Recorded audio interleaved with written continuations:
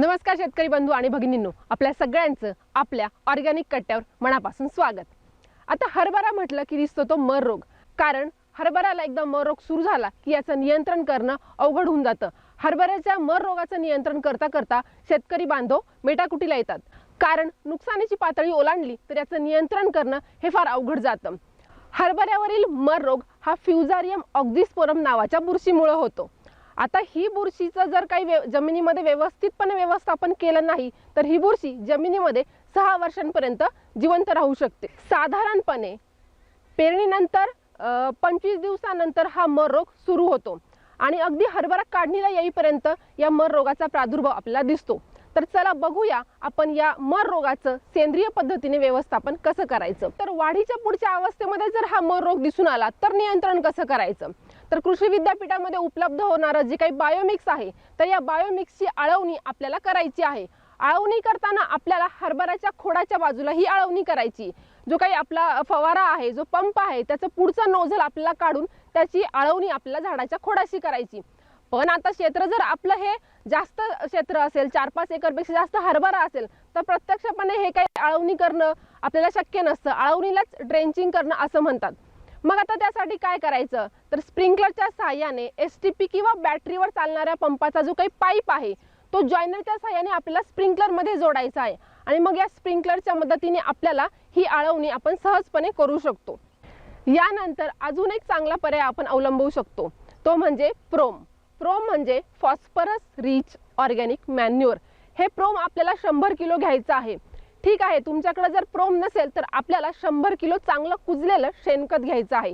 या शेणखतामध्ये आपल्याला 1 kilo biomix हे चांगलं मिसळून घ्यायचं आहे आणि हे तयार झालेलं मिश्रण आपल्याला पेरणीपूर्वी पूर्ण 1 एकर क्षेत्रावरती पसरवायचं आहे।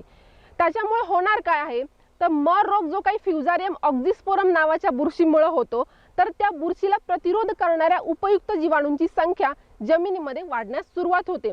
आता ठीक आहे, आपण जर हरभरा पेरणी केली असेल त्याच्या म्हणजे पेरणीच्या वेळेस सुद्धा आपण हा जो काही मिश्रण आहे हे वापरू शकतो किंवा हरभरा उगवून आल्यानंतर सुद्धा आपल्याला हे वापरता येतं। परंतु हा उपाय जो काही आहे तो आपण जेवढा लवकर करू तेवढा आपल्याला याच्यामध्ये चांगले परिणाम दिसतील। ज्यावेळेस आपण हे बायोमिक्स किंवा शेणखत एकत्र करून किंवा प्रोम आणि बायोमिक्स एकत्र करून हा उपाय करू तेव्हा जमिनीमध्ये ओलावा असणं फार महत्त्वाचं आहे, कारण ओलावा असेल तर उपयुक्त जीवाणूंची संख्या वाढण्यास मदत होते आणि उपयुक्त जीवाणू हे लवकर जमिनीमध्ये वाढतात। त्यानंतर नेहमी सांगितले जाणारे उपाय म्हणजे पिकांची फेरपालट करणं। दरवर्षी रब्बी हंगामामध्ये आपल्याला हरभराच न पेरता मग आपण राजमा असेल, कांदा असेल, गहू असेल, ज्वारी असेल या पिकांची फेरपालट करू शकतो। मग आंतरपीक करत असताना आपण मोहरी असेल, जवस असेल यासारख्या पिकांची आंतर पद्धतीने हरभरा पेरणी करू शकतो। आता त्यामुळे काय होतं की हा मर रोग काही प्रमाणात का होईना नियंत्रणामध्ये आणण्यास मदत होते। आतापर्यंत आपण शेतामध्ये रसायनांचा वापर करत असाल आणि लगेचच आपण सेंद्रिय पद्धतीने शेती करायला सुरुवात केली असेल तर कदाचित पहिल्या वर्षी हे बायोमिक्स असेल म्हणजे ही काही जी काही बीज प्रक्रिया असेल ती बीज प्रक्रिया किंवा मग प्रोम असेल हे वापरून जे काही परिणाम आहेत हे आपल्याला कमी दिसतील, परंतु दुसऱ्या वर्षात आणि तिसऱ्या वर्षामध्ये 100% या उपायांच्या आधारे आपल्याला मर रोग हा नियंत्रित करता येतो। तर मंडळी, हे वेगवेगळे उपाय करून आपण आपल्या शेतामधील हरभरा पिकावरील मर रोग हा नियंत्रित करू शकतो। तर मंडळी, ही माहिती तुम्हाला कशी वाटली मला कमेंटद्वारे नक्की कळवा। हा व्हिडिओ आवडल्यास लाईक, शेअर आणि सबस्क्राईब करायला विसरू नका। तर चला भेटूया पुढील व्हिडिओमध्ये, तोपर्यंत धन्यवाद।